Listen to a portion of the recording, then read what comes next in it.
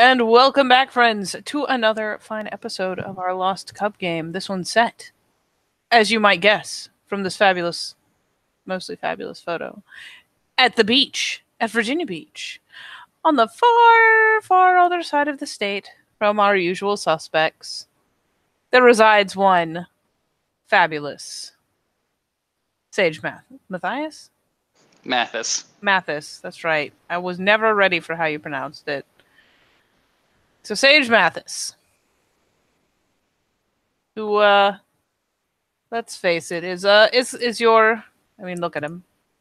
The young guy, that fresh out of high school look, that taking a year off before I look at college look. Look at him.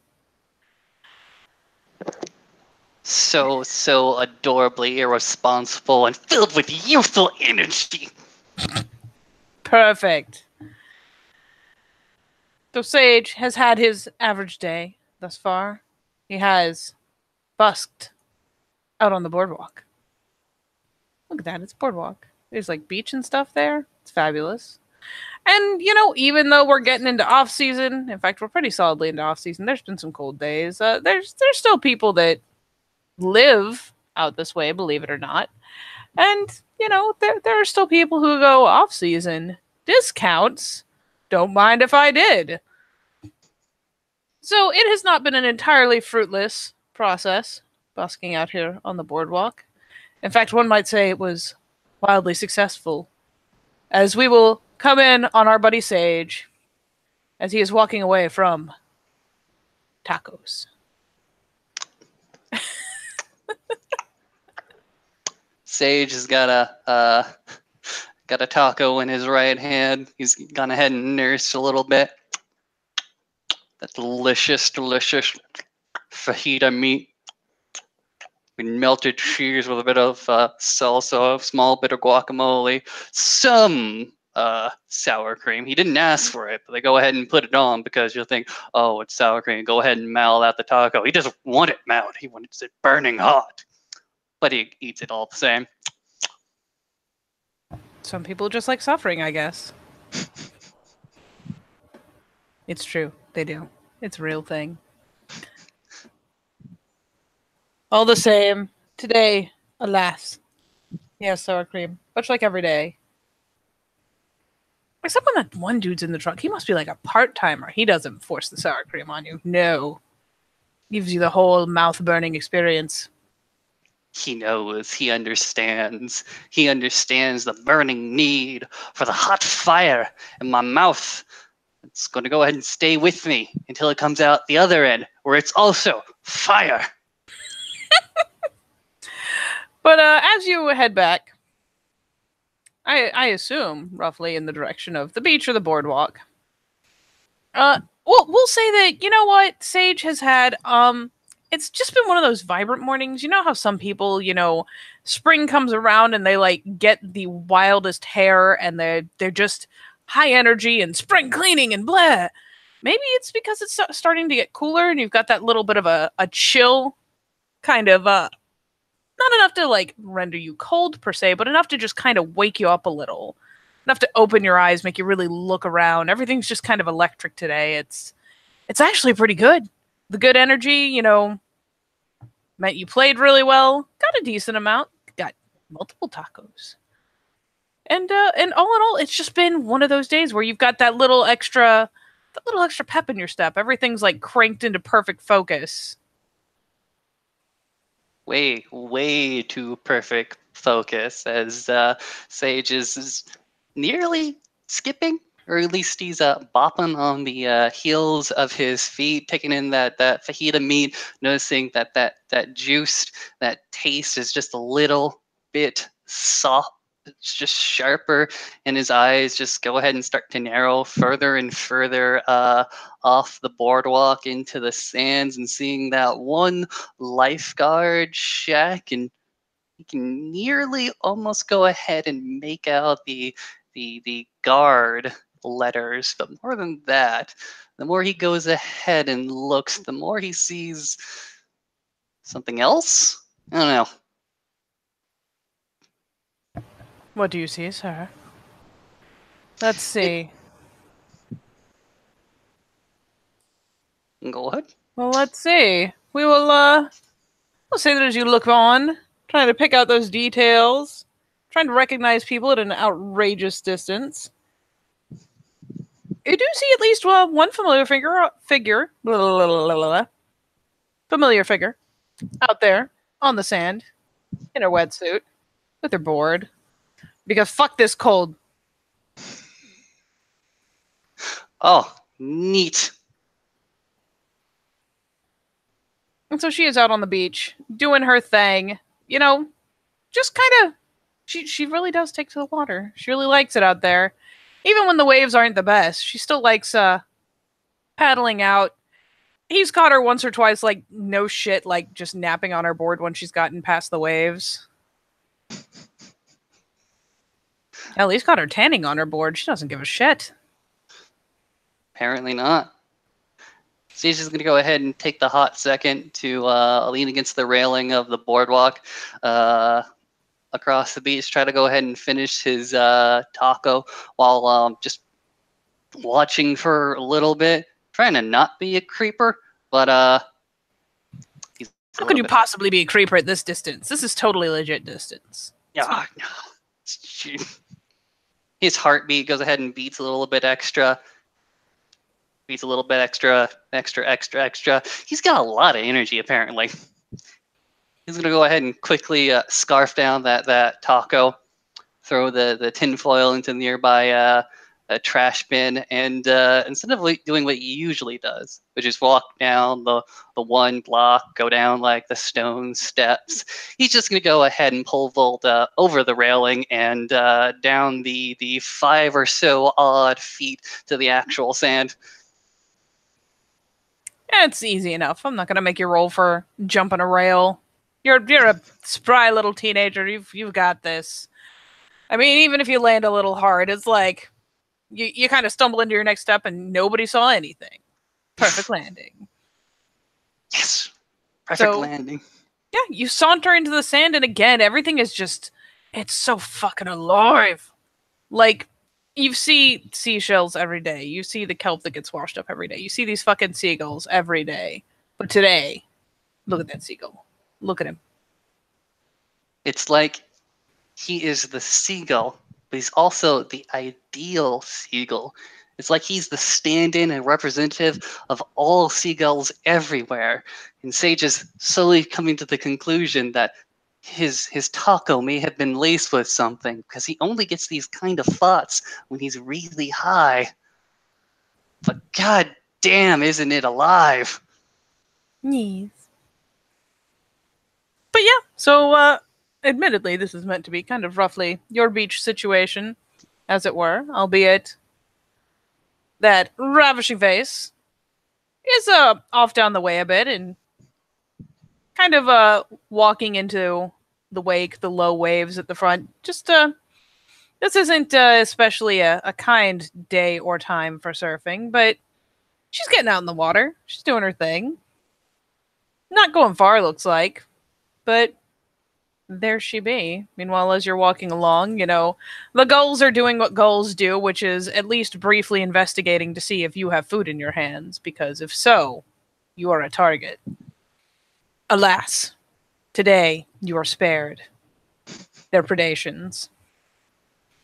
But yeah, you're walking along, seeing, you know, like the wake rolls in, just that super thin little bit of wake rolls in, almost up to your shoes, rolls back out, and there's bubbles up where you've got little sand diggers, whatever they're called, sand fleas, sand crabs, bubbling in their little holes.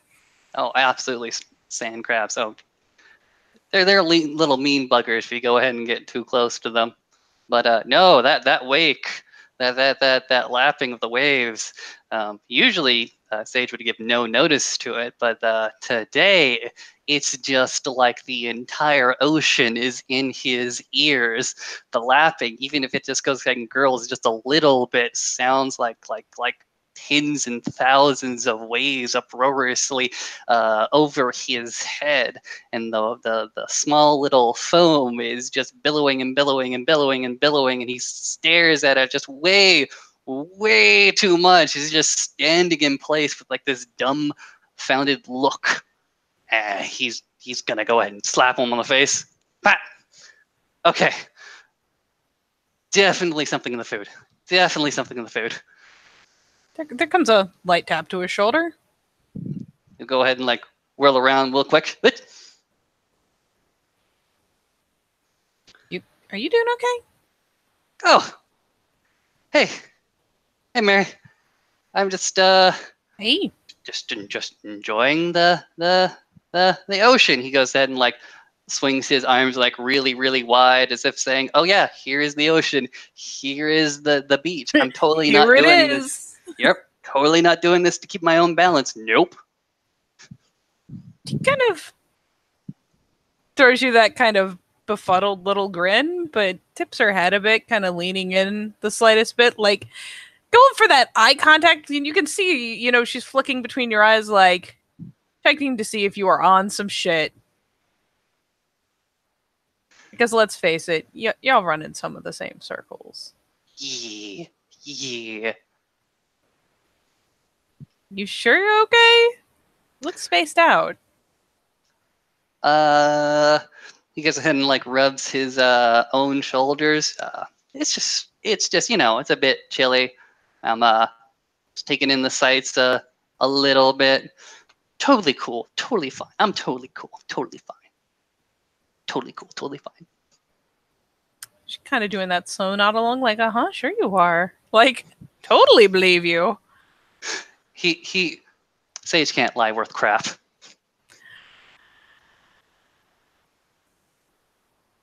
Did Harry give you one of his mixes again?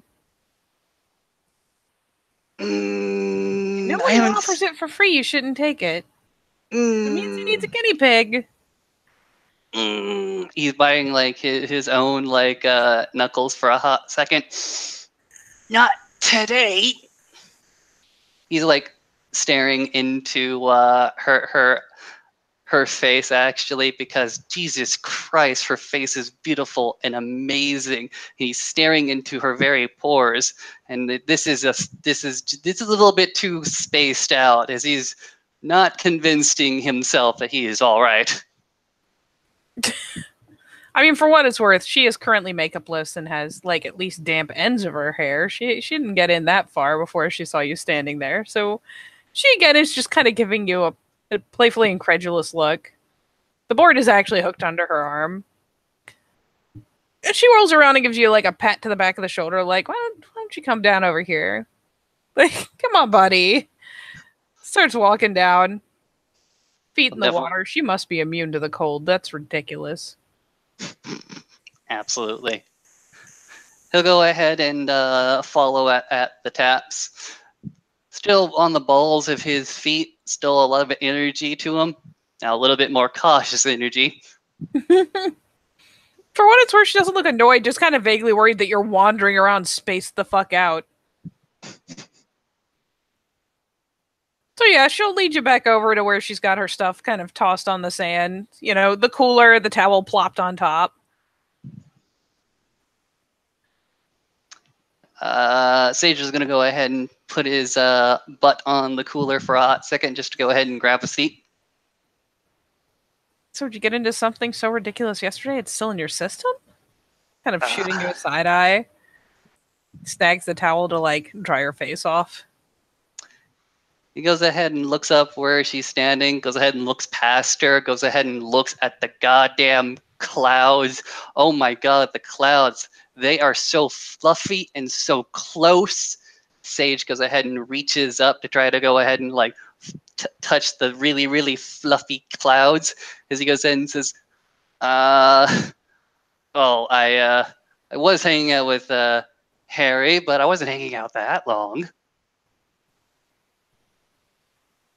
She has taken like one slight step back as the hand came up, so you don't like ended up copping a feel, because you know what, you pretty spaced. She's not going to assume this is a ploy, not yet. You sure? I mean, you know that okay, I'll admit it. He went ahead and showed me his vampire hunting kit, but he shows that to everybody. Yeah, he does. Okay. Sure. Sure. Let me guess, he spared you a joint and he didn't touch it himself, did he? He goes ahead and points to her and simply says, "Yes, I Uh-huh. distinctly remember that." Yep. Yeah. Well, why don't you? And she kind of glances around for a second and ends up laying out the towel. Why don't you just lay down here and watch the clouds? Okay?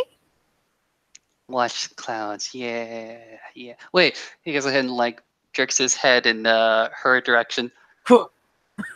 Are there? Is anybody doing anything tonight? I, I got it in me to go ahead and do something. Uh, I mean, I don't know. I'm not really keeping track. He goes ahead and nods as he's just gonna go ahead and shift himself over to the towel. Go ahead and lay his back with his hands behind his head, so it isn't like directly on the ground.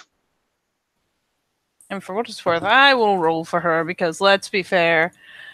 You know, he's been kind of waking people a little lately, and she's trying to preserve his feelings. She's trying so hard. Give her a generic pool about like, hmm,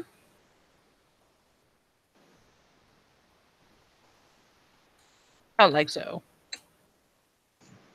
It's barely convincing. It just depends on whether or not you're actually paying attention. It's enough.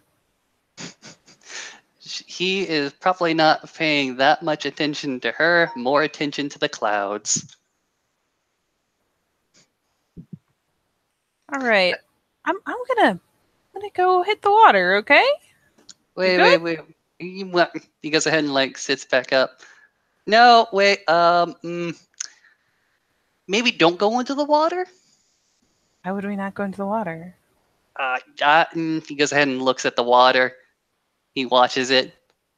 It's dark and it's missing. It's cold. It's so big. It feels as if some ancient entity is just rolling and rolling in there as his face just tries to conceal this more abject horror. He just has then slaps his face again. No reason. No reason. Yeah, no, but how are things with you? Yeah, let's stop talking about me. Let's talk about you. She'll grin and kind of shake her head a bit because you silly. But she goes ahead and sits on the cooler that has now been vacated.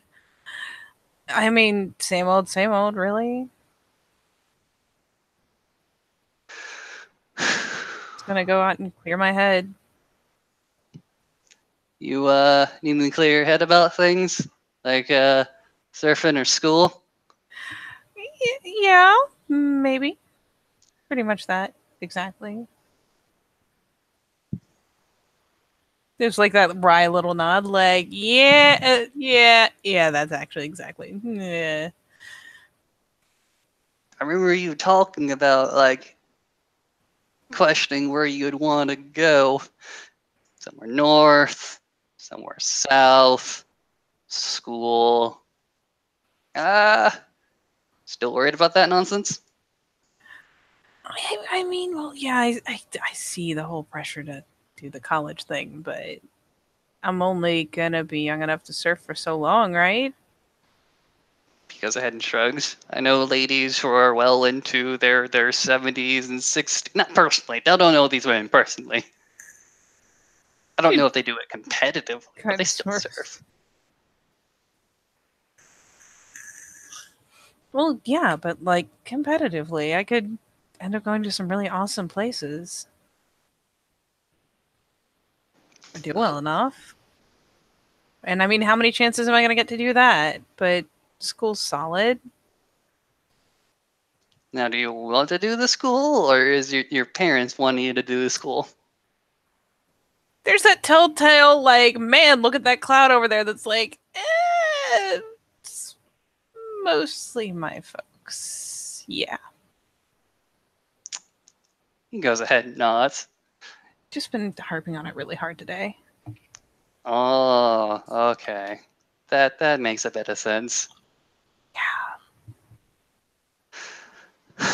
Well, I went ahead and saw your folks the once when they came by to drop off your lunchbox when you forgot it. But that was like, he goes ahead and like counts his fingers years ago when lunchboxes were still a thing.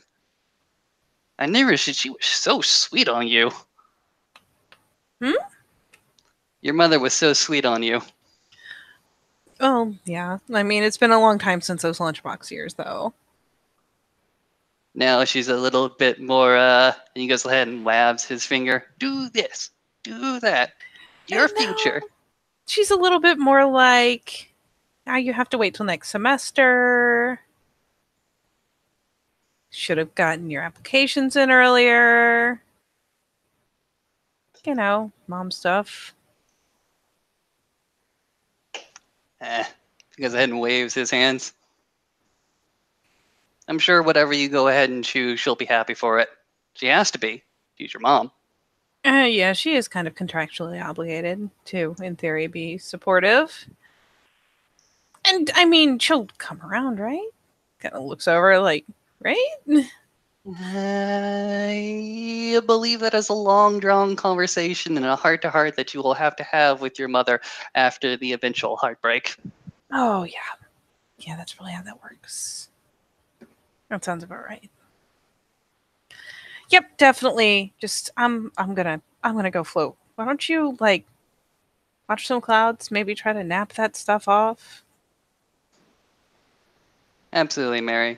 And Mary, you're always good, really, really good on the waves. Never let anybody go ahead and tell you different. Oh, that actually gets him like an honest, open, just big bright smile. He goes ahead and waves her off. You go float. I'll go float here. Head, sand. And yeah, she smiles and kind of glances towards the waves a couple times and finally, putters off that direction, leaving little footprints in the sand till she gets through to the wake and finally starts like kind of wading out a bit. With the surf in, there's not much in the way of waves, and what little there are, they end pretty close to the beach, so yeah, it won't take her long to get past them out to where it's pretty smooth. At which point, yeah, much as prescribed, she just kind of gets out there, hoists up on the board, and flops on it. Pretty contentedly, just floating, puttering, sticking an arm or a leg over now and again to steer herself, but content. So, Sage, will you succumb to the peace of the clouds and the comfortable warm sand? You got a cool breeze and warm sand. It's a pretty hot combo. Oh, it's such a hot combo. Such calming. He goes ahead and sniffs the air quite rapidly. He's never really smelled the beach like this before. Just this very, very strong scent goes ahead and passes his nose that he's probably smelled once or twice, but never this freaking strongly. Just the salt in the air and the smell of fresh tacos over on the other end of the boardwalk. Oh yeah, it's funny because in every advertisement and every book and every story where they mention the sea or the beach, they're always talking about the smell of salt in the air, and I mean, you're just not seeing it. You're usually not seeing it. This is, I mean, then again, this is what you're exposed to every day, and even if you're not right on the beach, those smells are just kind of ambient all the time. But for once, yeah, you really catch it and you identify it. You know exactly what they're talking about. That little bit of a tang in the air. Is that cinnamon rolls? Those are cinnamon rolls, aren't they? Oh my god. Somebody brought cinnamon rolls to the beach. Sage is going to go ahead and prop himself up. He's on a mission now. Calm has been discarded. Cinnamon rolls must be acquired. Oh my god. You go on a quest. A veritable adventure to discover the source of the sweet, sweet scent of cinnamon rolls. Oh, God. So you start just kind of puttering down the beach. You're on a mission. You got your nose leading you along, looking this way, looking that way, scanning for those cinnamon rolls. No, there's somewhere around here. I know there. And the most unfortunate thing happens. The most heartbreaking thing goes ahead and happens. The scent, the trail. He follows it faithfully like a bloodhound, and he sniffs and he sniffs and he sniffs and he sniffs, and he comes upon a black cylinder. It has the word trash spray painted on the side of it, and he goes ahead and looks into the cylinder, and he does in fact see the source of the smell, and it is a package of discarded cinnamon bun packages, and he cries just a little bit inside. For what it's worth, there's at least one seagull butt sticking out of that trash can. Because you know what? You may not be willing to fish out of the trash can, but he sure as fuck is. I'll go ahead and look to the very, very much alive seagull, which is the ideal of all seagulls, which is animate and alive, far beyond it, whose spirit goes ahead and blazes out in fierce, fierce seagull glory. He just goes ahead and whispers, "Yeah, you go ahead and enjoy that." Almost as though spurred on by your speech. Seagull pauses. It actually, pitches its little head around, affixes you with one of the beady eyes. Seems to process, thinks about it, and then darts his little head into the can, snags the entire fucking cinnamon roll. Like one of those big ones that comes in the packages, like the single packages. And yeah, it proceeds to gracefully launch into the air, actually struggle for a second because it's a really big cinnamon roll. But soon he is aloft with his ill-gotten gains. My treasure gone. I'll try to return back to the comforting beach towel and lay on it and enjoy the clouds again and watch the clouds go by as they all mysteriously just go ahead and start resembling cinnamon rolls. Mysteriously, inexplicably. My torture knows no bounds. It does not. It knows no bounds at all. However, with time, eventually, your dear friend will return from the water, much soggier than she started, and come by, um, plopping on the cooler, glancing down. You still spaced? I'm a rocket man. Gonna take that as a yes. Burning at the speed of sound. I don't know how this song goes, but I'm trying really hard, Mary. 'Cause I'm a rocket man. Burning out here all alone. She starts kind of sputtering, shaking her head. If only because your alternative lyrics very compelling. Rocket man! All those clouds are cinnamon rolls.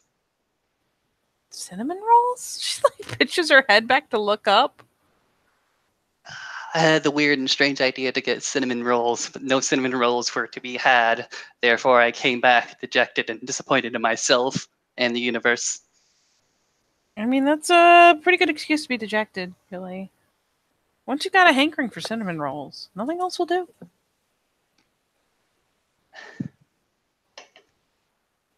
I'm gonna go ahead and sit back up, look to Mary, simply say, "So, do you have any plans for this evening? Because I'm just gonna go ahead and try to find my way back to the rental, and yeah, totally try to shake this damn thing out of my head, Elf." I'm not really. Nothing important. So it's something really important. that you're going to use me to avoid doing, like speaking to your mother about your future. You know, you do have a compelling point. You can come hang out at my place for a little bit until you have to go back, if you really want to. I think I kind of do. Okay, awesome. Because I wasn't sure I would be able to get back on my own. Oh my god. All right, come on, hop up. I need my towel. He's gonna go ahead and jump up. I'm gonna go ahead and grab the towel behind him. Go ahead and throw it to her in her face, and he's gonna try to steady himself on his legs. I was about to say, how successful is this jump up? We Sir can space see. the fuck out. Like, I feel like he goes up and there's a wobble and there's potential over, like, overdoing it. Let's see. Let's see. It's 2 10s. It's fine. Oh yeah, he's good. He's good. She snags the towel, gets sprayed with a bit of sand. Still kind of grinning.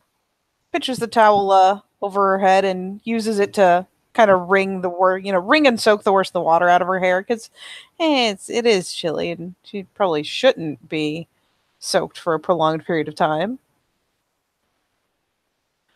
Oh, excuse me. Then she'll just kind of casually pitch it around her waist, snag up her cooler, and whip her head around to peer at him. Do you even know which direction you're going right now? He goes ahead and looks at the ocean. I know that's west. East. Goes ahead and tries to correct himself. Mm-hmm. I know I need to go north. South, he goes ahead and says, pointing in the opposite direction. And we're going this way. She like slides her feet into some flippity flops, snags his point in hand, starts to lead, tugging him along.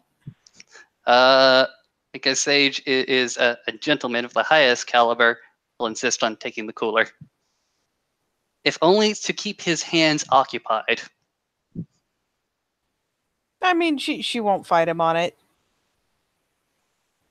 She kind of looks at him for a second, like she's worried it'll make him overbalance on one side and tip over. But she'll finally, kind of carefully hand it over, watching suspiciously. He's got it. It's in a tight grip. Because even the frickin' cooler happens to radiate with this kind of energy, this really, really alive petness, this I'm alive, jackass, handle me carefully, jackass, don't drop me, jackass. At which point, Sage, hearing this in his mind only, goes ahead and looks down and simply says, okay, just, I will carry you carefully, it's gonna be fine, whatever inside is gonna go ahead and get delivered, okay? Sage, oh God, Sage. What is it? Is it just to make sure? Marianne. Marianne fixes him with a vaguely concerned expression. Not full on upset, just kind of vaguely worried expression. And continues with a hand gently set on the back of his shoulder to make sure he doesn't randomly deviate in a spontaneous direction. Will continue to head back in the direction of where she knows he's camping out. It's definitely a few deviations because he smells more food, better food, more cinnamon rolls that is directed by her guiding hand. He is. You would swear the same fucking seagull. Is it another one of the cans? This time it's one of those canisters that has a bunch of little mini cinnamon rolls in it. Someone ate like half of and threw the other half away. What is wrong with people? Why would you do that? I mean, probably because they didn't want to take home leftovers. Just came to visit the beach for the day. Going ahead and looking over at Mary. Oh, that's ridiculous. Nobody over orders cinnamon rolls. You order cinnamon rolls, and however many you go ahead and take from the kiosk is how many ever you're going to go ahead and eat. I feel you right now. I really do. He goes ahead and points at a kiosk up ahead. You want to get cinnamon rolls? Because I am tired of Yeah. this not having cinnamon roll nonsense. Yeah, I think cinnamon rolls need to happen. She is swayed with almost no effort because cinnamon rolls. The lucky thing about this is Sage actually has an extra bit of change to go ahead and buy stuff because today was a good day. It And he didn't was. splurge totally on fish tacos. You're a wise man. So what he's gonna do is he's gonna go ahead and get the two really really jumbo sized cinnamon bun rolls, and he's gonna go ahead and ask for extra cream And have extra icing. icing. Yeah, That's definitely. the way it is. So yeah, you do in fact secure some giant, like fucking face-sized cinnamon rolls, literally covered in icing, just drowned in it. Extra napkins as well because this is gonna get messy. Yes, it is. You Especially know how? considering the two of you are walking, and you are not the steadiest thing on two legs right now. Oh no. Marianne's probably carrying the bag, the takeaway. It comes along with it, while Sage just is hamburgering his roll. Straight hamburgering, whole thing in his Yep. hand. Oh Yep. no. Oh no. What kind of Um, merciful God would allow that to happen? blame the people who made me. Is she just looking at him periodically as he has a hand nigh covered in icing goo? And she is trying. It's a struggle because she would like to eat this cinnamon roll, but she keeps laughing every time she looks over at him. Like it's just that immediate strike of the giggles. His face, his hand, a mix of icing and that cinnamon stuff that comes along with it. And right about the time that he's actually done with it, he's licking his entire hand, his fingers, his thumb. Oh my God. You you need to wash your hands. That is what we're doing when we get back. He goes ahead and gives one firm nod. Yes. How can you just your whole hand? She just kind of gestures like it's one of those like what kind of monster? What? I, What? I don't know how you can come to a point of acceptance with that much icing on your hand. You know what? I can't. He opens his mouth. Oh He God! inserts the fingers in. Oh, Oh, ah! Okay, maybe not eat the hand. that you know, A for effort. Okay, A for effort. I'll give you that.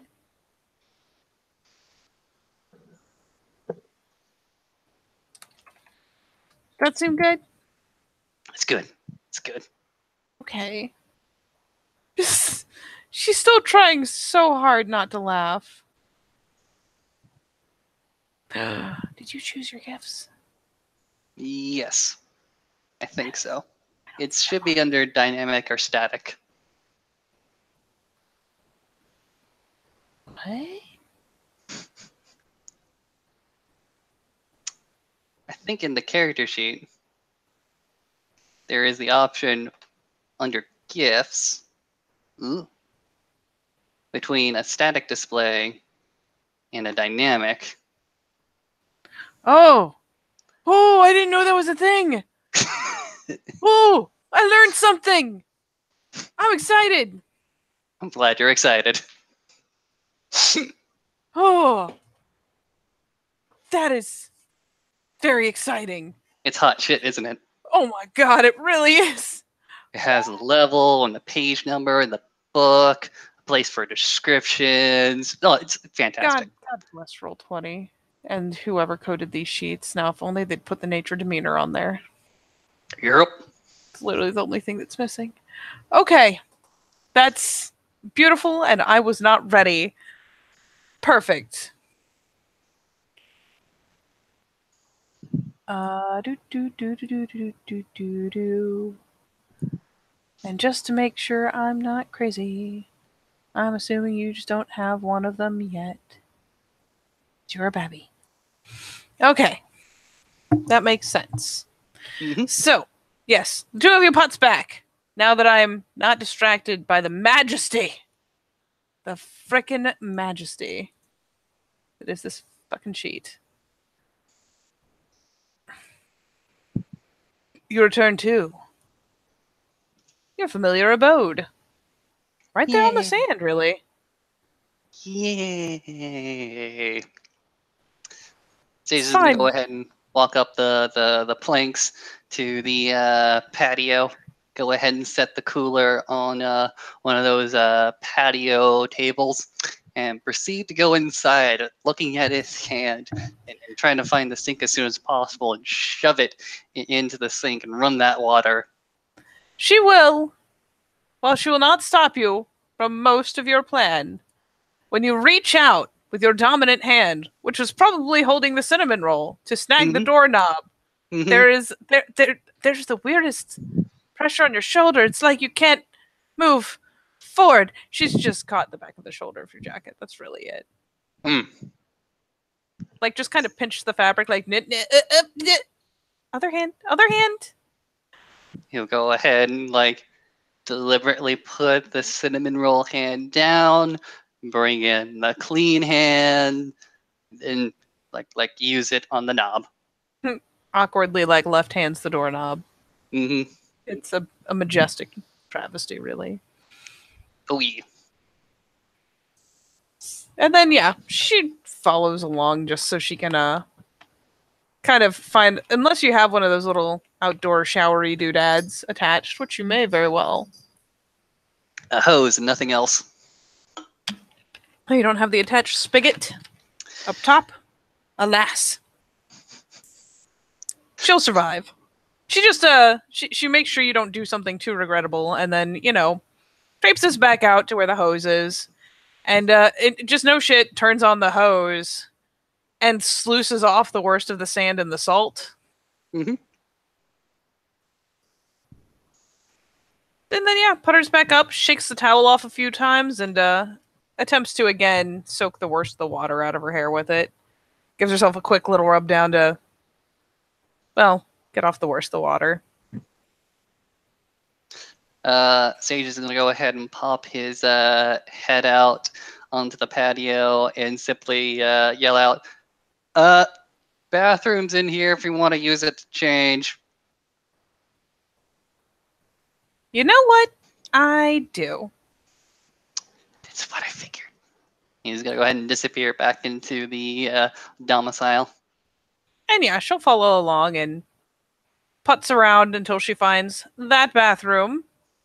And yeah, bringing along just a little, like, is it a knapsack? Is it a purse technically? Is it kind of like a tiny backpack? It's kind of in that weird, ambiguous state between, but whatever the case, it probably has her clothes in it, and it's going in there with her. And she'll actually even briefly run the shower just to warm herself up and towel off with a clean towel before she changes out. Not a very long process, per se. But soon enough, you know, the head and the damp hair poke out, glancing around. Lost yet? I found the kitchen. And the fridge tells me it's full and running. Would you like a Coca-Cola? Yeah, sure. Okay. He's gonna come back with like 2 cans of Coca-Cola. And he's gonna go ahead and like. All right. He's gonna go ahead and like head back onto the patio because even if it's like getting a little bit chiller in the day, it's still nice. It's still comfortable. Yeah, it's still nice, and with a bit of a jacket or whatever, you're pretty much golden. Just something so the wind doesn't cut you when it comes rolling past. Because I mean, it is the beach. It is windy. But yeah, with even a slight buffer, it is quite nice out. And yeah, she follows on out as readily as you please, popping into one of the seats. So what's the plan? I ain't got no plan. He goes ahead and rubs his head.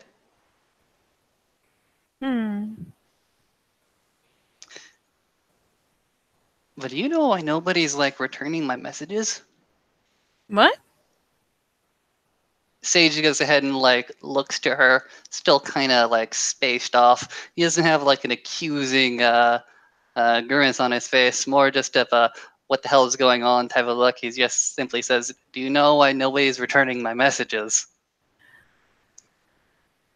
I mean, not really.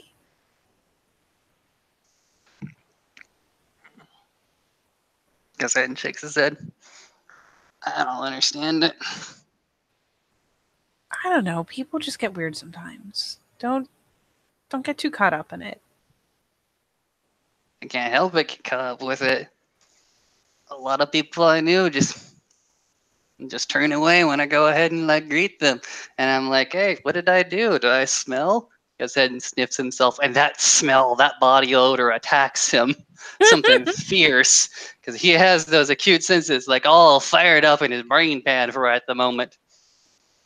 I mean, she snickers when he pulls a face because she assumes he's just playing it up. It's not because you smell.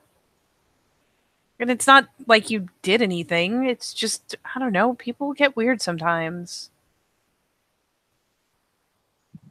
I don't mean like hairy weird. I mean like just normal social weird. Mm, it's annoying. It really is. Uh, Maybe they just are going on with the rest of their lives and thinking that they don't got no time for somebody still spinning their wheels. I get it.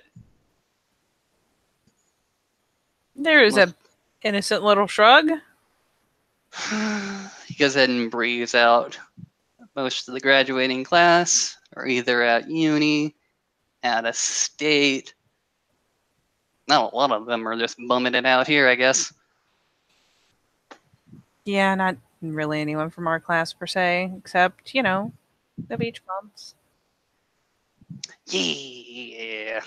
She like puts up the fist for him, Puts up the fist. We're doing the bro fist thing. doing the fist bump.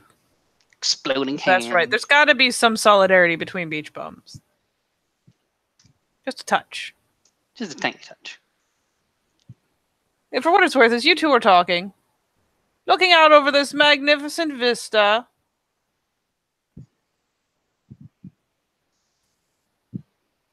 this fat bastard lands on your porch, lands on the rail of the patio.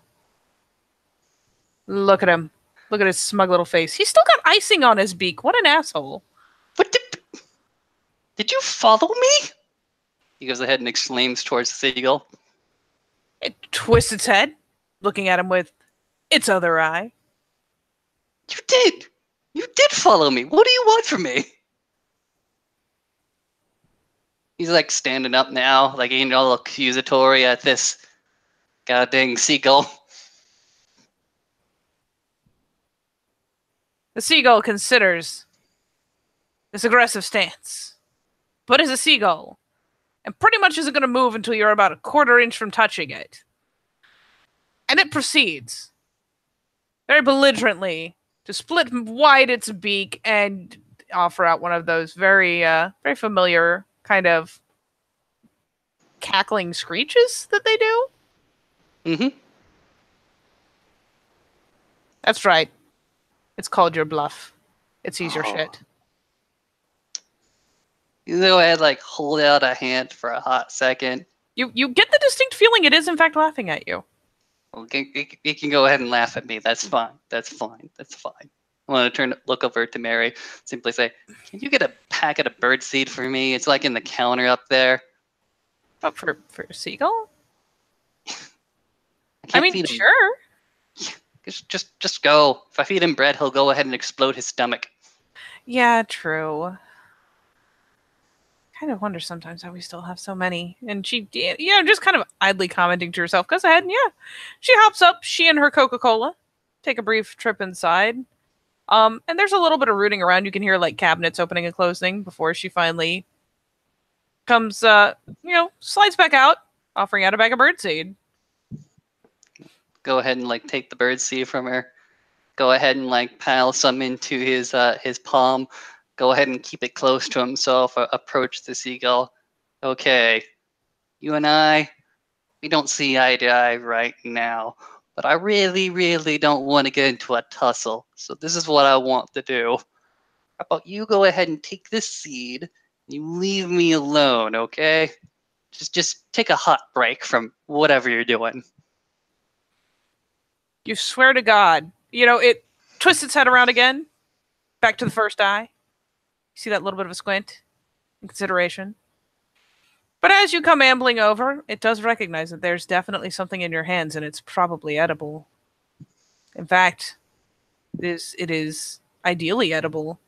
And so as you come over, it doesn't take off. It doesn't continue giving you shit. And when finally you do extend your hand, it does actually hop over and hops a little bit closer, does the hippity hop, and starts rapidly and somehow not catching your fingers really in the process, not any more than any bird would. Mm-hmm. Kind of snap, snap, snap, snap, snap, like just gorges on the seed in your hands. Yep. Yep. As soon as like he's sure that the bribe has been taken, he'll go ahead and pour the seed all onto the patio and try to take his seat back. You do so. You bargain with a seagull, which Marianne is watching in kind of befuddlement. But sure enough, the bird does follow the rest of the seed down. Very, very greedily snaps it all up, periodically picking up its head and canting it this way, canting it that way, like, you bastards won't take this from me! Because, I mean, there's always more seagulls. Always. It only takes them so long to sense that food has been spotted. And once it is done, as Marianne has sat back down and started sipping her Coke again, you both get to watch this seagull greedily gobble everything it can get its little beak on. And then, again, pause, twist around, and you swear it gives you the straight-on side eye. And finally kind of like tubbly waddles, hops up, and finally takes a jump off the top patio step, launching off and lazily flapping its way up. Sage will go ahead and nod. He appreciates a gentleman that can go ahead and take an agreement and keep up their end of the bargain. I literally can't believe that worked. Goes ahead and shrugs. Usually when you feed them, they just stick around and even more come. Look, I don't know. You're talking to somebody that went ahead and saw cinnamon rolls in the clouds for a hot second. I don't have answers for you at the moment. If I do, I will make sure you get them. I mean, I'm also looking at a guy who was just talking to a seagull, so there's that. But no. Beach bums forever. At least until things get really weird. Well, even if it gets really real, I would love to have a beach bum with me when it gets really weird. Yeah, true. Okay. Beach bums until he goes ahead and like throws his hands up until we're no longer beach bums. How about that? That seems pretty solid. Can go with that. Okay. She offers to tip up her can of Coca-Cola. It's met with the own tip of his own Coca-Cola. Yes. Cheers indeed. As cans strike, the bond is struck. Beach bums forever. But, if the two of you enjoy, an afternoon kind of chilling, shooting the shit, talking about your plans for tomorrow, talking about her plans to cleverly evade her mother, which at least once will include climbing out the window because she's always wanted to try it. And I mean, the sun starts going, dusk starts falling, and sure enough, this way or that way down the beach, you spot the telltale bonfires that start popping up. Just one or two, not the usual like rush time 8 million people making one massive bonfire or a bunch of them peppering their way along. Just, you look off that way. Actually, we'll say they're both in the same direction. Very, very cool. Sage is going to go ahead and look to Mary. If you gotta leave, you can go ahead and leave. But for me, I'm gonna go ahead and see if I can snag some drinks from them. He's gonna go back inside the rental, and she'll probably hear a lot of scrambling around, a lot of things being moved, and then just the pluck of the strings of a guitar, and a Twing, twang, twing, twing. yep. As he comes back out with his guitar that's been well and truly suntanned. By suntan, I mean the sun has discolored this guitar, but still sounds nice. I mean, it's sun bleached to hell, but well, it still makes music, and that's really the part that counts. Yee. And she kind of shrugs and it's like, fuck it, let's. I don't have long, but let's check it out before I do have to go home. You mind if I leave the cooler here? I can pick it up tomorrow. Sure, do. Just might want to put it in the refrigerator. Oh, yeah, I'll put this stuff in the fridge. She kind of belatedly snags up the cooler. And yeah, we'll just head in, throw those freezer packs, those reusable ones in the freezer, and pulls out, some drinks and like, I don't know, like some snack food and sticks it in the fridge. But then very carefully, like, make sure she dumps any remaining water out of the cooler, down the sink, and kind of sets it aside. Cool, cool. Once she goes there and turns to the patio, Sage has got the guitar like slinged onto his back, looking up to the night sky, and that familiar sense of spacing out is taking a hold of him. Oh, yeah. There's so much sky. And admittedly, this close to Virginia Beach, the stars aren't as bright as there if you get really, really out there, but there's still stars, there's still clouds, and the bonfires are like almost Firefly style pinpricks of flickering light. The one steady rhythmic thing though, actually, is there's an old lighthouse down the way, and every so often, that beam just whisks across his vision. It's like an entirely different and moving Milky Bay. Excuse me, Milky Way. That his eyes are just like laser focused on each pinpoint of light. When that lighthouse beam goes ahead and like passes over, he follows it for a hot second, and then instantly returns to where he was staring.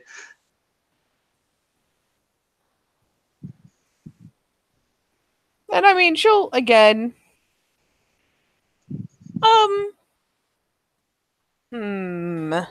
Let me take a quick look.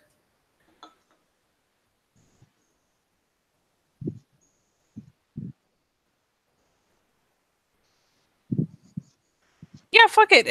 Admittedly, it's a very platonic gesture, but she still, reaches out and snags his hand so he doesn't just end up stuck staring straight up. Mm-hmm. To lead him along so he has like an autopilot going. Well, he'll accept his hand being held. He'll accept being placed on autopilot.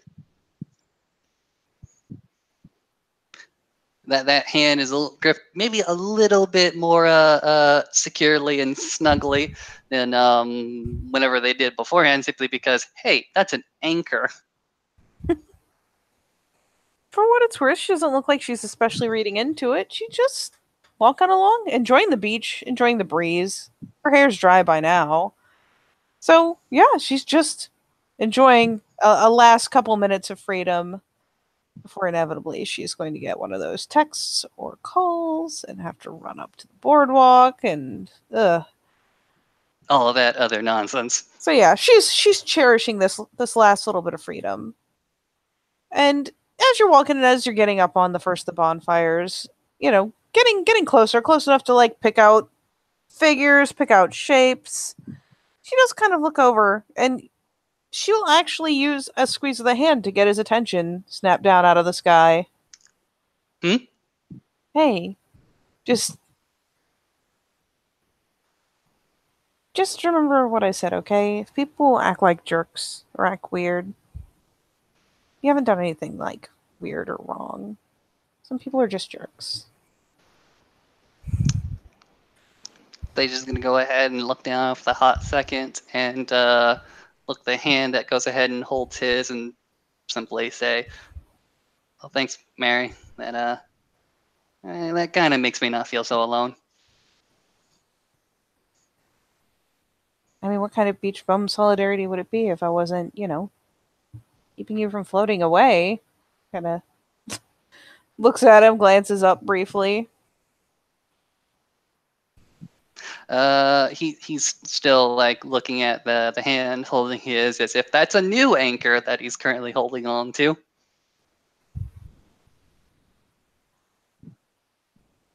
There's finally like a very slightly awkward grin. Not uncomfortable per se, just like, aw. And she kind of just ducks her head and keeps plowing over because, I mean, let's face it, you both know more of the people at these bonfires than you like to pretend you do sometimes, especially when they're being jerks and not answering your messages. Mm-hmm. No. Sage like MO at this particular meeting is to go ahead and let Mary let go of his hand if she really, really needs to not be directly associated with him. As he's gonna go ahead and like take a hot second, breathe in, breathe out, flex himself, try to go ahead and center himself again, bring that guitar up in front of him, put a stupid smile on his face, and try to go ahead and introduce himself. Hey guys, what's up? So you know what? Do.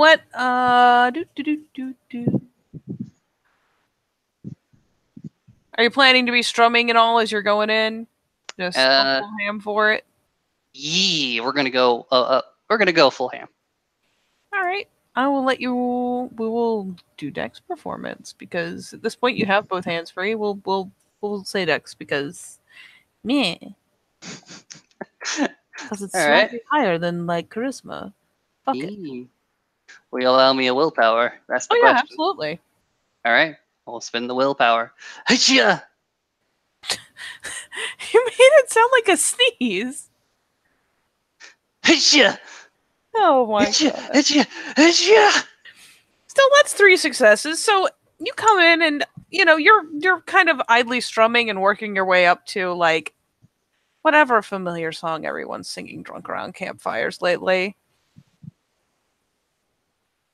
And well, We all go up in flames, going out of style. Just like his hands fly up and down that bridge, up and down, catching every single note. and for what it's worth, you do manage to, with 3 successes, appeal to the crowd, and you're hitting them with a song that they know and like. So, considering they've been putzing around, and Lord knows most of them pre-gamed, for the moment at least, you will be kind of welcomed in, not with the same like raucous enthusiasm you're used to, maybe, but you do get welcomed in. Someone sticks a beer over by you. That bear is going to go into my hand, and it is not escaping. You might have a hard time continuing to play with a beer in your hand. Well, that's when the song goes ahead and stops. I'm a young teenager. There is beer that is going into my hand and then into my stomach. Nigh immediately. Yours. So yeah, you do manage to initially get a decent little wade in. Again, it's not the outrageous familiar warm welcome that you're used to, but it's at least you didn't, like, I don't know, get stopped at the gates. Definitely snuck my way in. Definitely go ahead and have a few chit chats with some people, other people who are just not in my circles, are just edging their way away from me, and they like with their social inertia are also pulling other people away to where that side of the campfire is a little bit more active than my side. Yeah, it's not like blatant. It's kind of subtle, but yeah, there will be a slight shifting over time, and I'm gonna put this in there. Ta-da! There'll be a slight shifting over time to where you've got a handful of people who are the ones that know you best. Marianne's sitting on your side at least for a bit, and one or two other people that you're pretty well familiar with are hanging out and actively kind of chatting while you're periodically playing, periodically drinking a beer. But you've got that one area where everyone's kind of stacked up together in a weirdly incestuous pile of bodies. Um, and admittedly, it's frustrating, but it's not the worst. At least you're still there. At least people are still talking. Though it'll only be so long before, regardless of your playing, you hear the piercing siren of what you know too well to be Mary's folks messaging and then calling her. Go ahead and like look to Marianne like halfway through a particular chord and just go ahead and nod her and wave her off. Have a good evening. Yeah, she, for what it's worth, shoots you an apologetic look, really. She hates running off. Admittedly, she would much rather stay, but she pitches you an apologetic kind of smile, gives you a pat on the shoulder, and hops up from where she's been plunked reasonably close next to you. Not like leg brushing close. That would be too scandalous. But has been hunkered down alongside. So as she gets up, she gives you a pat on the shoulder and flicking up her phone, starts messaging, starts typing as she orients on the boardwalk and starts pacing that way, looking like a woman marching to the gallows. Sage is gonna go ahead and watch her go.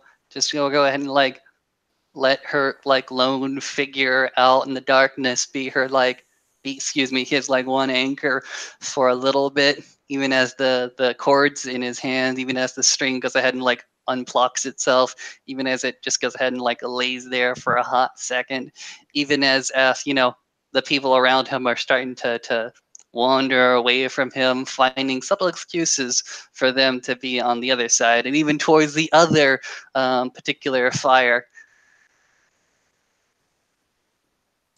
It starts kind of falling apart. The illusion kind of starts to dissolve. And there's, even when Marianne is gone, there's only about two things left that are reasonably steady. And that is the stars above you and the periodic flash from that lighthouse, which is, I don't know, it's strangely compelling, one might say. Like, the stars are always there, and the twinkling and the fact that it's, they're always there and they're always still, but at the same time, the scope of what you can see is always traveling across the sky. And for some reason, the lighthouse is giving a very similar kind of like solid, reliable vibe. It's always there and it's always a point of guidance. I mean, admittedly, for ships, it's saying stay away, but it's still very similarly this weirdly kind of tidally resonating point of solidity and guidance. Okay. So he's just gonna go ahead and stand up and try to excuse himself from the full of people there that are probably just tending the fire to tend the fire, and just walk out into the darkness of the beach. Go ahead and try to disappear into that darkness a little bit. Stare at this lighthouse with its just energy. Does it seem to be magnetic or attractive? Because right now his feet are on autopilot. It does. It is kind of a magnetic effect. It's just almost kind of pulling. And I mean, even when you stride out into the dark and well beyond the bonfire, I mean, there is some ambient light just because you live near a city. And it's enough to make, the surface of the water kind of still glisten and just not even glow, just that reflection that picks it out. It's almost like it's lighter than the beach, whereas of course during the day it's kind of dark, and I mean even earlier today was almost menacing, but today it's just kind of this shimmering sheet in the dark of the night while the sand beneath you is kind of eaten up by the dark. Okay. His feet will go ahead and go on the autopilot. The buzz of the beer starting to go ahead and affect his head. Besides whatever the hell else has been going on with his head, he is rudderless. He is anchorless. He is alone. Not necessarily afraid, but definitely starting to progress towards where there's light. That's very fancy. Give me one moment. We might actually have a thing going here. That is not pretty, on the other hand. Use this one. And hope I'm still in the right folder. Looks like I am. Rather than using this original picture I had, which was a lighthouse during the day, it'll be creative and hope that it works. Helps if it's not zoomed in so far. Neat. And yeah, you've got kind of, I mean, admittedly you don't have northern lights going, but there's kind of the glow of the city. What are you talking about? Don't have northern lights for Sage? There are indeed northern lights. Thank you very much. You're right. I don't know what came over me. There's the glistening of the water off to one side, but ahead of you, it's not even like after a while, like looking at it, it's not even that you see the beams of where, the mirrors are refracting the light in a big circle. It's just this glowing pinpoint, very kind of almost North Star-esque. It's an anchor. We all go up in flames, going out of style.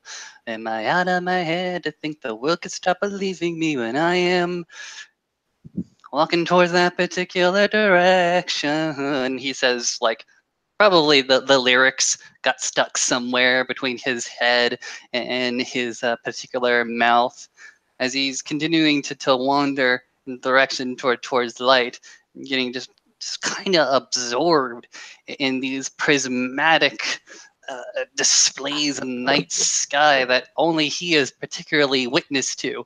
He's floating. He doesn't have feet. He doesn't have legs.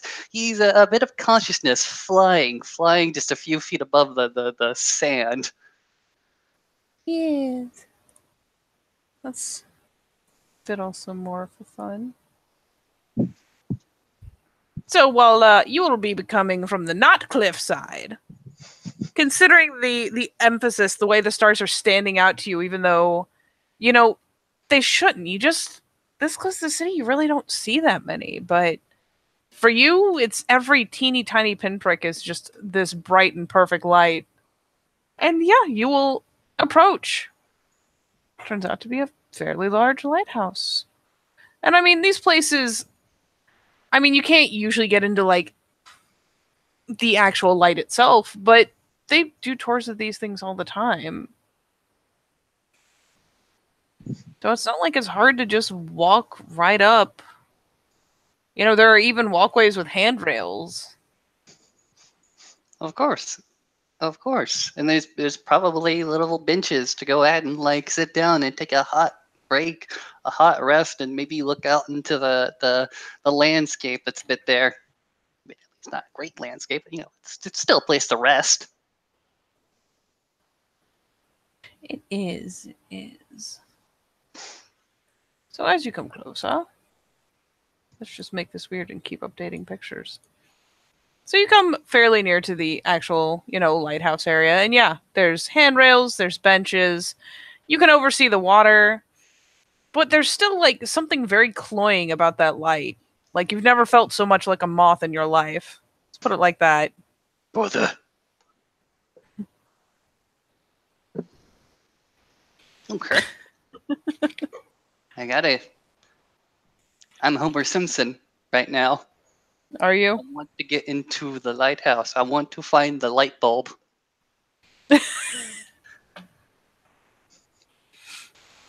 Yes, The yes. This lighthouse seems so keeper. legit. The lighthouse keeper. Obviously, he will understand me being so alone. Gets in. It's a computer. Damn it! But yeah, you'll Yes. find that this isn't even like sure right now the adjoining building is locked, but you can just walk up into the place if you get the inkling. Okay. Okay. Supposing that there's no great impediments, um, Sage is going to go ahead and wander to the door of the central pillar lighthouse and just go ahead and like hold his hand to the door and take in just a surprisingly huge amount of vibes, radiation, resonance, power, chi, just whatever like spiritual nonsense you want to go ahead and put out there. He just goes ahead and like takes it in because it's just maybe it's just chi, maybe it's just karma, maybe it's just the willingness of fate that there's such an energy here that he feels that he needs to go ahead and reach out. Maybe perhaps all this is in his head. Maybe in a single moment it'll be utterly gone and he'll be chased out of the premises. But he goes ahead and touches his fingertips to the door and pushes. I feel it's almost anticlimactic to have the door open as he presses. But it does so. Neat. And you're faced with a number of stairs. Many, many fine stairs. Because, I mean, what did you expect at a lighthouse? And it's funny because you get inside and you've felt the light, you've seen the light, and now you feel like you can almost hear it. It's almost humming. Obviously, that's the electromagnetic force coursing through this entire building, starting to buzz in the walls. Obviously. Stairs Clearly. running up the stairs. He's running up those stairs like something has caught fire. He's running up those stairs like his own ass has gone ahead and caught fire. Everything's alive here. Everything is alive. The light is alive. The light has energy. The light has animus. It does. It does. You go bolting up those stairs, taking them several at a time. Just for lulz, roll me your stamina because we'll see how winded you are by the time you hit the top. Q. Because man, you are 2 and 3 stepping it.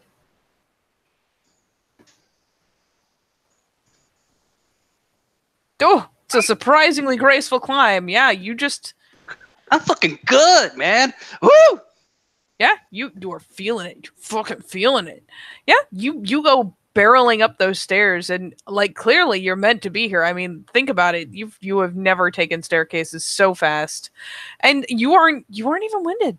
You hit the top and you reach that door, that fateful door that will lead into well, the room that within the light, well, blah, blah, blah, that room that holds the light aloft to where it can shine through the glass piercingly. And again, when you press, the door just opens. Immediately, Sage is going to go ahead and take this door a lot quicker because he doesn't have like the time to simply stop. He's got the momentum. He's going. He is just gone ahead and champion those steps all Rocky style, and he practically goes ahead and like shoulders that particular door open, but takes a hot second because it's more cinematic to go ahead and like use your fingertips. It is indeed. But yeah, you brush in very quickly, and again, it's it sounded like a humming, but as you break into this room, and by break in I mean just kind of let yourself into this room, You swear it's almost like singing. It's almost like that cliche, like angelic music you hear, like in a TV show. It's not that there's particular words you're picking out, but there's some weird sense of melody to it. We all go up in flames, going out of style. He's like singing at the top of his pitch. And I mean, it resonates in the room. This is very heavy glass. Very heavy. One of the reasons this place is even allowed to be open like this is that, like, there is, short of coming in with heavy tools, there is no way you're going to damage or get to anything that you could damage this light. But as you approach and you're singing and you're feeling it, you're like, you feel like you're practically vibrating. The light is filling the room. It's not as piercing down here. The light is held up above, like it's almost like two stories. Well, I imagine the light itself is like two stories, but there's a story below, and it's all just open up to the glass and to the light. And you get close, and it's almost like fire coursing through your veins. It's so close. You feel like you're almost like your veins, your nerves are vibrating so hard it almost burns as you get closer and closer to this light. And are you looking up into the glass, into the light, into the mirrors behind it? No, he's gonna be No. looking out Ooh, into the stars. beautiful. Beautiful. Again, this is thick paned glass. I assume for the moment you are not paying any attention to your reflection, just peering out. And again, it's it just resonates so well. Like your own voice is echoing and reverbing inside the chamber. That odd kind of almost chorus like humming, barely on the edge of your hearing, singing is going. And you look out at the stars and you swear they're even brighter, which is impossible when you're in a room with a giant fucking light, but you swear they're brighter. You can imagine that Sage has both hands up on the glass, looking past it. He's That particular refrain has gone ahead and stopped. He's now mulling a new verse in his head. It's in the stars. And you're my everything from here to Mars. Good. And as you go forward, you set your hands on the glass, and your reflection is right there in front of you, but you stare through it and out. And as you're looking out, as you're singing, whether it's in your head or out loud and filling the room, you briefly feel this weird kind of, it's like the air pressure in the room changes. That's it almost. It's just this weird kind of the hairs on your body stand up sensation.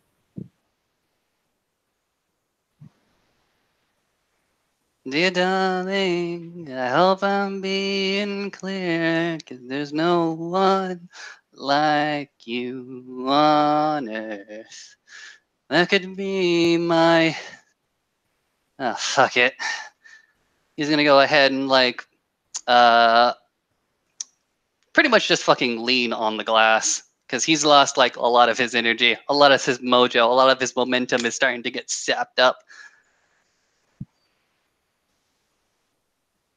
Let's see if I can quickly find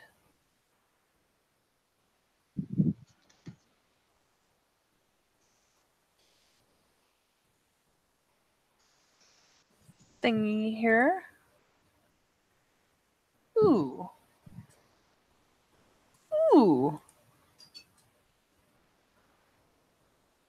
I don't care how cheesy this is. I'm about to do it. Do it! Go ham.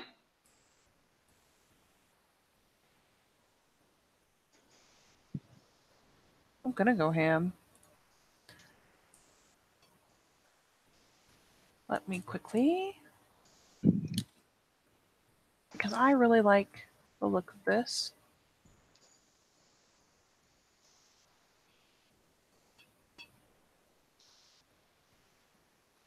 Find the gosh darn appropriate picture. That's not the one I want. No, no, no.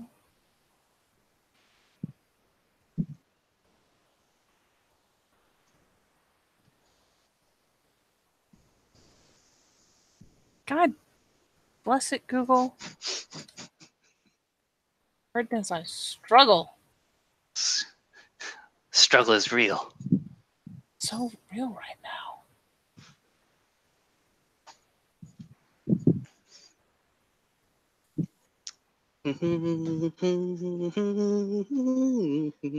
Going out of style. Am I out of my head? Am I out of my head? Probably just a little. See, moments like this are what I like to refer to as my loading screen. Yeah, we're totally stealing this. Second.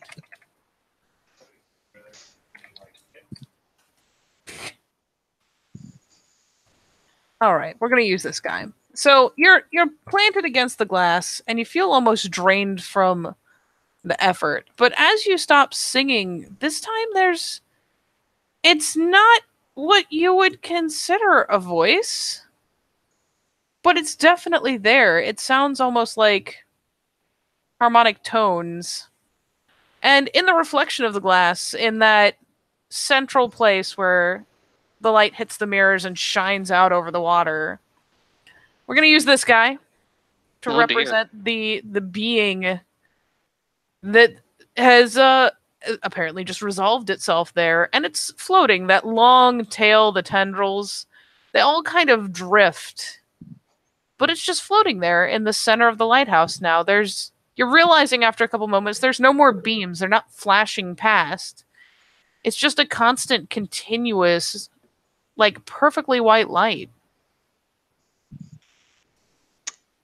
In the lighthouse, not outside the lighthouse, Yeah, right? basically in that central pillar where there's the lights are usually confined, like in the safety lasts and stuff. That this is floating there as opposed to the big mechanism that would normally be there. Well, that's strange, but not out of place for most of the things that he has gone ahead and like experienced today. Oh, who am I getting? That's pretty dang weird.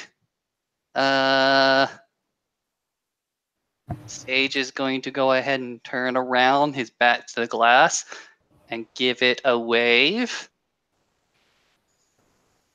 And it continues singing, though one of the tendrils does kind of like, it's almost like kite tails. It kind of flickers up in what you think is a reflection of the motion, but it keeps singing. And while you can't necessarily place perfect words to it, like you can understand the gist, and it sounds very similar to like a love song almost. As this thing turns, peering out the glass, much as you've done. It's still confined to that pillar in the center, but it's looking out beyond. You're not sure how you can tell. It doesn't have a very conventional face situation, but you can. It is this weird kind of empathy, a certain amount of understanding that you feel like you really shouldn't have if you stop to think about it, but for the moment, that is how you understand it to be. Huh.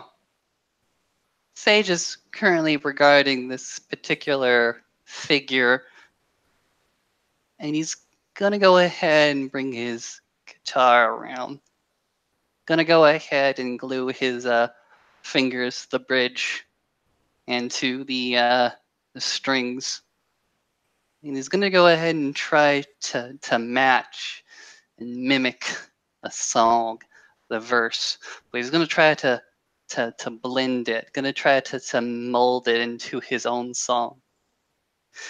And every word I say I truly mean. Dear darling, I hope I'm being clear, cause there's no one like you on earth that could be my universe. And just for funsies, I'm going to have you roll. You can either do charisma performance, you can do charisma expression, but you're going to add your spirit heritage to it. All right. I dare ask willpower as well? Absolutely. Question mark? All right. You may spend a willpower. All right. Let's go ahead and tally this up. 4, 4, 2, 2, 4, 8. Okay. Well, the Those ones are ones, trying to kill you. those ones are trying to kill me. That is okay. With the willpower, that's still 2 successes, and it's still enough to be understood. Thankfully, it only ever takes 1 to pass. The rest is all for artistry. So you do, and admittedly, it's kind of a struggle because you're trying to match something that you swear you're here, but you kind of have here, and it takes some adjusting. And we'll say that the 2 successes kind of reflects the fact that it takes you time to find the chords and find the notes to resonate with what you're hearing. But as you do this, it grows more animated, and it finally tears its face question mark from where it's been kind of tilted up and out to regard you more properly, to really look at you. And here's the thing: is like you look down and you're strumming. And we're not going to ask how your guitar got here. We're just going to say that's cool. But you're strumming, and you swear to God, like as it looks at you, and you're looking down and you're concentrating because you want to make sure you continue to get this right as it keeps singing. Like you're glowing. Oh, jeez. It's much softer than what this spirit's doing, and it almost shifts and like when your fingers are moving across the strings of the guitar, they kind of flicker almost, but it's kind of similar. Pardon me, I think I'm going out of my head and into the worst. A world without your verse. A world without you hurts. Please. Hmm.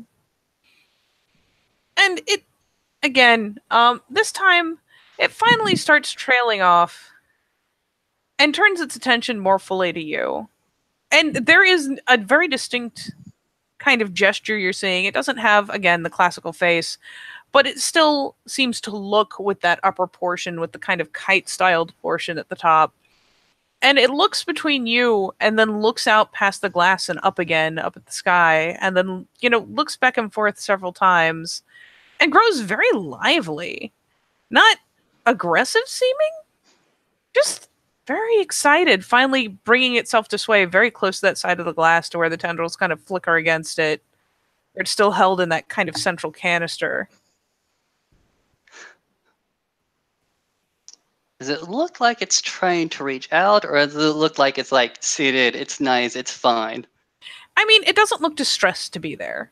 It points, does brush the tendrils up against the glass, almost as if trying to, do the palm to palm thing. Albeit it doesn't have palms per se. But it brushes several times up against the glass, and there's kind of a coaxing tone to the gesture. Okay. It's not that it wants out, but it is very distinctly interested in you. Okay.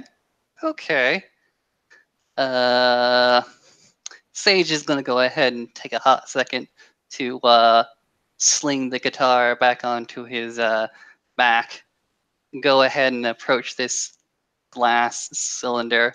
Go ahead and very tentatively like reach out his hand because he doesn't know how hot this damn thing is gonna go ahead and be, but he's trying to go ahead and like do the same thing, just going ahead and saying, "So who do you miss?" And it brushes again. This time, it actually, I mean, it shows a certain amount of control as it finally holds a tendril up against the inside of the glass. And the voices, I want to say it's kind of that tinkling noise, not like glass breaking, but if you've ever heard like bits of it like showering on the ground, Mm-hmm. it's kind of like that. It's not unpleasant. And it regards you fondly.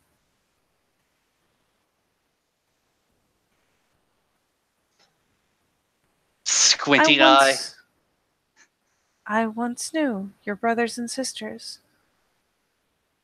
before I was here. Not expecting it to talk, But it does. but it does. He's gonna Sage is gonna go ahead and take a hot second to go ahead and like turn around, like flex his hands, like it's talking to me. It's For talking what to it's worth, the me. glass is also not heated in the least. You feel like it should be. You know that in a lighthouse, like this should be insanely hot with the high beams of light, but none. It's just cool glass. Okay. He goes ahead and like claps his hands for a hot second. He's gonna go ahead and buy into this experience. Might be a bad trip, but he's gonna go ahead and like buy in because the alternative is to not buy in and have a terrible trip. Calms himself, looks back to the entity, places his hand on the glass, and he's simply gonna go ahead and say, "I'm not sure I have brothers and sisters. I'm pretty sure I don't." And again, it regards you for a second. There's a slight tilt and sway of the body, and then it pitches its head up again to look out and past the glass, much like you were doing with the external ring of glass. But you have so many. And he goes ahead and shakes his head. No, I'm alone down here. Ain't got no brothers, ain't got no sisters. I got an aunt, uncle. Goes ahead and shrugs. I don't know what you're talking about. Maybe down here it is lonely. But can't you see them watching? He'll go ahead and turn around, look at the direction he's looking. I It's mean, looking.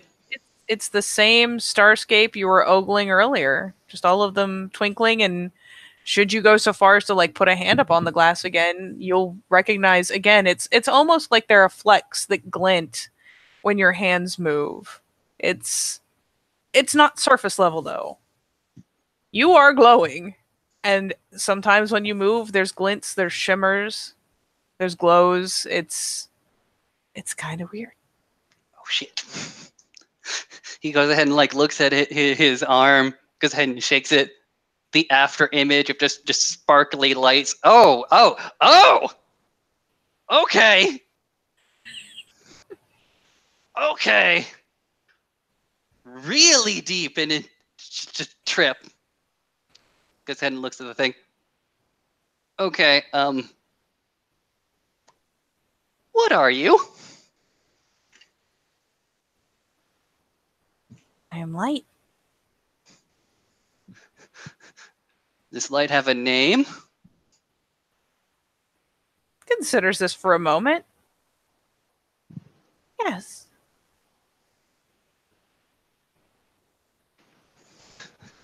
Okay.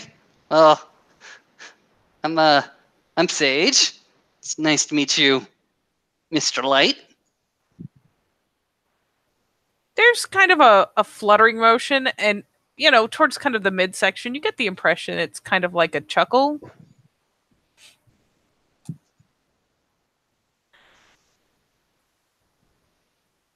It is easiest just to call me Light. I am already bound by my name. Goes ahead, nods. Lightning. Do you mean electricity? No, just Light. Okay. Light. Your name is Light. Um, I'm half not here. I was tempted to eat a cinnamon roll out of the trash earlier today. This is a normal, everyday experience for me. Yep, nothing wrong or strange about this at all. You're a child of the stars. And again, the tendril comes and kind of plants itself against the glass.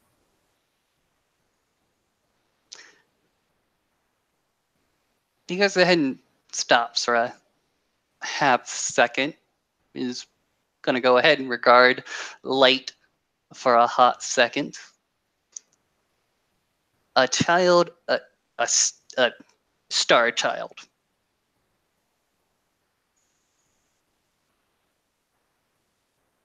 It pitches its head a little bit. Yes. because it's not going to get the gag. Okay. Okay. I'm a child of the stars. Star child. Okay. Cool. Can't you see it? Immediately, he's going to go ahead and like turn back toward the stars. Go ahead and like throw his arm up and try to go ahead and like match the twinkliness in his arm with twinkliness in the night sky. Ooh. You'll see some emerging patterns, maybe not that exactly match the current night sky, but here and there you realize that a certain pattern is, like you swear to God, you spotted the Big Dipper for a second there, just in the glints on your arm.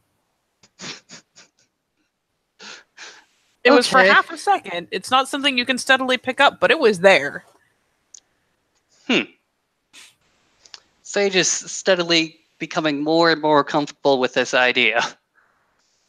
Because at the end of this particular thought experiment, he has brothers and sisters and is willing to go ahead and like follow this train of thought.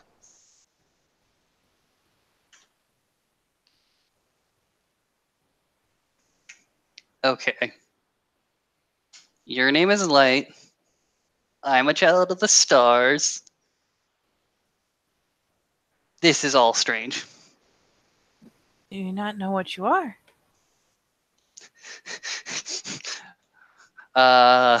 Do any of us really know what we are? What do you mean? I'm Sage. I don't know what I'm doing with my life. I like to hang out at the beach, sing stupid songs. I'm eternally frustrated with everybody and everything. But that's, teenage stuff. It regards you thoughtfully for a long couple moments of silence, and finally kind of swells up to kind of fill the space it has. Reach up and grow. Swells out. It even stretches the tendrils out to either side. Goes ahead and claps as if to just go ahead and like punctuate that thought. Reach up, grow. Yes. I'm going to take a hot second. Really Just think about this. close your eyes and stretch out of your skin. Stretch out of skin.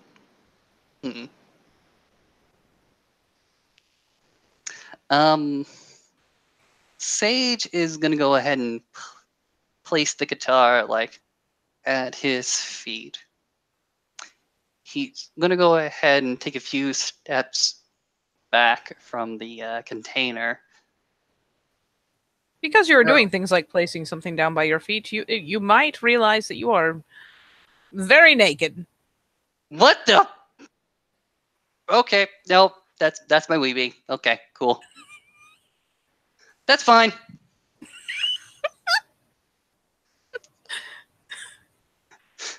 That's cool. That's fine. Grow out of my skin. Yes. Again, it stretches and flexes and spreads itself like do like this, essentially. Okay. He's gonna go ahead and like do a little bit of a jumping jack, just a single jack. Goes like, wah! No. Whew! No. And he's gonna go ahead and take a hot second. Then he's gonna go ahead and like actually close his eyes. And what he's gonna do, he's gonna go ahead and imagine like the pinpoints of light that is now his body, just like expanding, just like we're going with a expanding universe type concept. He's gonna literally imagine pinpoints of light that is his skin just simply growing. And it's misdirected, so it's after all, it is your first time, so it takes a minute. It does take a second to kind of find something that feels like it's working, but there comes a point where something kind of clicks.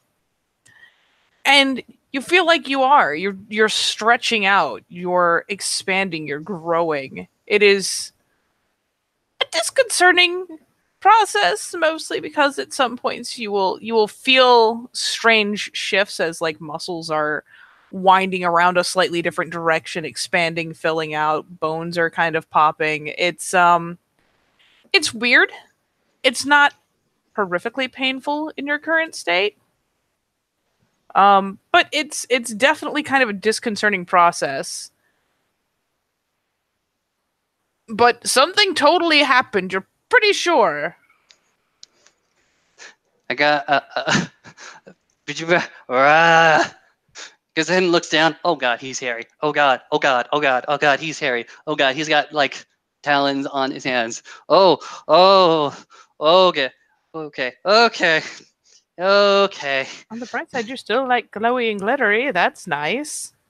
Oh, that's cool. I'm glittery. I'm glittery. I'm glittery. I'm glitterily half hairy monster man.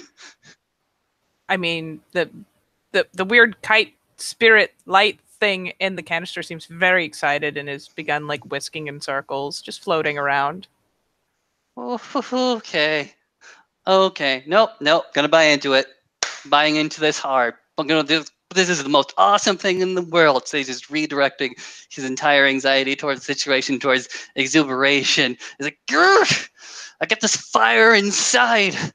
Gonna go ahead and push it." That is what you are. Still whisking around excitedly. Gonna go ahead and push it. Gonna go ahead and see how far this goes. Okay. You keep going. You're on this. Fuck it. Might as well. Just keep pushing. And it's funny because you get the right kind of you hit that kind of right note mentally to where you feel like you should be able to do a thing. Again, and I am carrying over the idea of you can take time to shift. You can also take time to cross the gauntlet. So it takes you a hot minute. But again, instead of expanding this time, the only real traction you get is in contracting, not pulling yourself into the shape you're used to being, but almost like compressing into a much smaller universe, like regressing. Oh, neat. What form am I finally finding and following myself into? I mean, if you keep pushing it until you stop getting traction, Yes. you'll end up in lupus. Okay, that's cool. I got ears. I got a snoot. I look at my guitar. Oh, I'm not going to be able to play that for a half second. I mean, there's a lot of glass around. There are a lot of reflections to glance at. Cool. I'm going to go ahead and like pat around a little bit around Blight's little container once, twice, 3 times. Oh my god, there's my tail.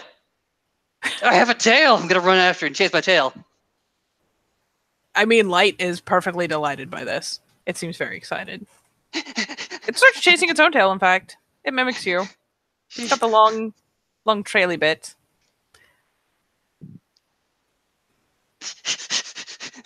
I really should not be this okay with this.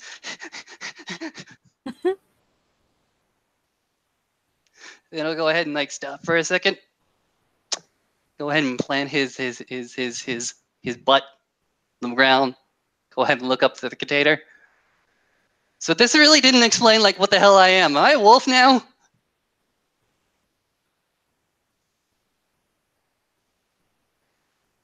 You're a child of the moon. You're a child of Gaia. You're brother to the stars. Oh, okay. I am a child, Gaia. I am a child of the moon, and I am a brother to the stars. This seems like a really, really cosmic trip, man. You're Gaia's claws and teeth. Okay. He goes ahead and looks down at his own like paws. goes ahead and like feels the new teeth in his mouth. Okay. So that you can keep her safe. Safe from what? It kind of flickers around for a moment. From the bad things. From the worm. It's trying to kill her. Oh no, we can't let that happen, I guess. No. What happens if Gaia dies? I don't know. He says just plainly, matter of factly. If she dies, how will anything on her live? I guess it doesn't. No. And then the worm wins. And we don't want that to happen. Again, still like really questioning like all of this train of logic, because he's now a wolf now. We have gone far beyond what is regular experience for sage matches at this moment. No, we don't want that. Because then we'll all be gone. We'll all be dead. We'll all be tainted and twisted. Do you want to be tainted or twisted or dead? I do not want to be dead. Sort of like leaving the rest of that stuff off because he is currently got pause. And you protect her. What do I get? How did I? You're a child of Luna. Okay. Hmm. Okay. He's gonna go ahead and lick his paw for a hot second, try to find like any cinnamon roll that was there at one point or another. You washed your hands. I'm sorry. I can imagine. I can hope. I can dream. You can. Okay. He's gonna go ahead and just try to go ahead and like position himself in front of light for a hot second. Still in Lupus. Okay. Are you Zordon? What is Zordon? Well, Zordon is kind of like this being of light with a sort of face that went ahead and transported like 5 teenage kids with attitude to go ahead and fight evil in the world.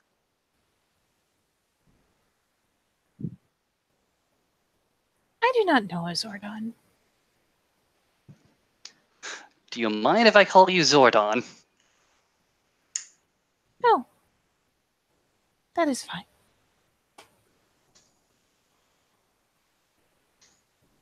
Hold on, let me look something up really quickly. Yeah, Zordon is the being like, cool, awesome. Yes, I didn't you were want to right. I did not want to accidentally call it something else. Nope, you definitely had the right word. Okay, Zordon of light. Knower of many things about myself that I did not previously know. How do I get out of here? Out of where? Goes ahead and turns around. Is there a particular exit to this place? I mean, it looks very similar to how it did before. There's a door there. Have fun with the pausies, but there's still an echo of the door. This building is very old. Admittedly, whereas the one that you walked into was more modern and had been like, what's the word I'm looking for? Not refurbished, but had been upkept to more modern standards.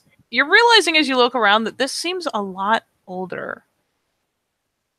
The building looks a lot more archaic, like it's been there a long fucking time, and the style of the building is much different than what you were in before. The overall structure is the same. It's just like whereas before there was plastic paneling, like the glass here has those little bubbles and wavers in it. Okay. Uh. So. Uh. I think I'm gonna go, Zordon. Really nice chatting to you. Go ahead and look at this guitar case. Can I get my hand back? Yes. How? Be yourself.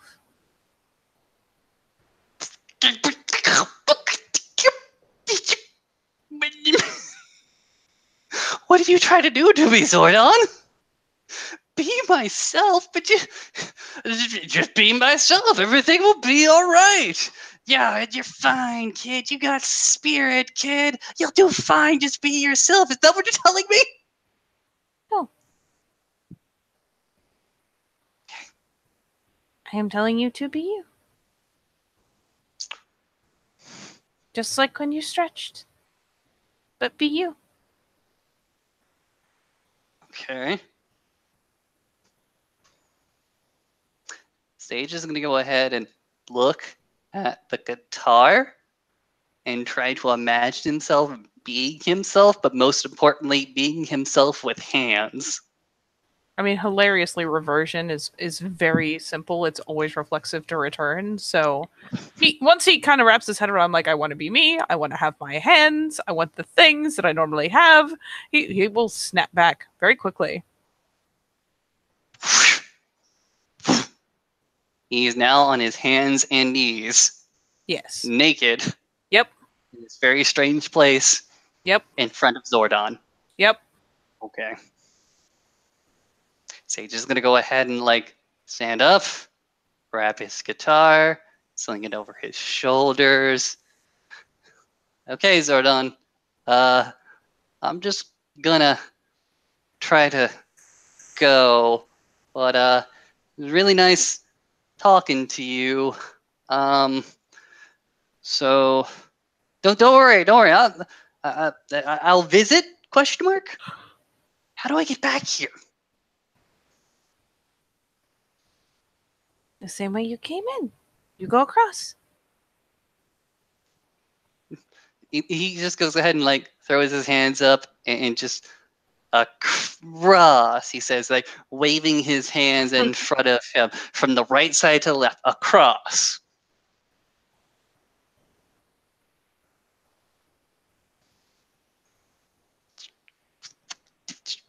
Left, right, just across.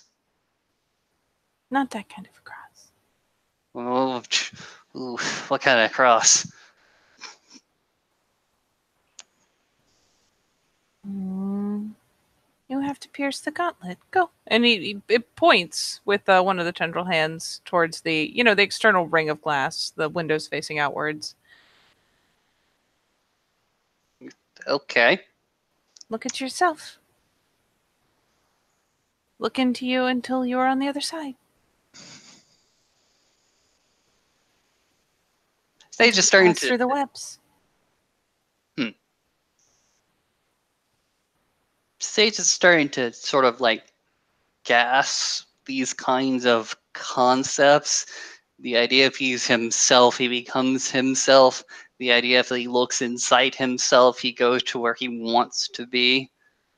So he's gonna go ahead and, like, tentatively walk back to his reflection in the glass of this particular strange room. Yep. He's gonna go ahead and look at himself real hard.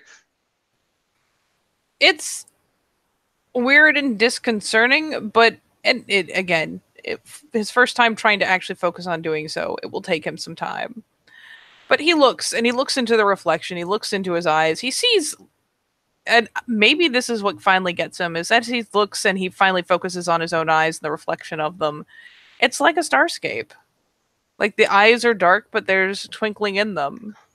And it's when he leans in to really study that he again feels that kind of shift in air pressure. And he is back inside a lighthouse. The hands planted on the glass are normal human hands. He's feeling the breeze again, whereas the air before was kind of still. And he realizes that one of his feet is planted on his pants. Yep, it's really cold. I'm getting some shrinkage. First thing that goes on. the pants and the underpants. He's like shivering all up and down because his clothes are probably dead cold at the moment. Yeah, they are. Oh, Put them on and do the little like rub around, like, why? okay, that's okay, okay, okay, okay. Okay.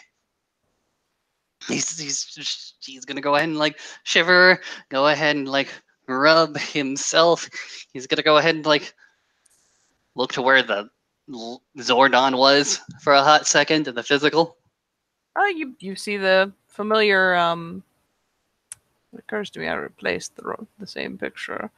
Um but you see the fixture of the lighthouse, the big light, the massive mirrors behind that spin and send those rays kind of dancing across the sky.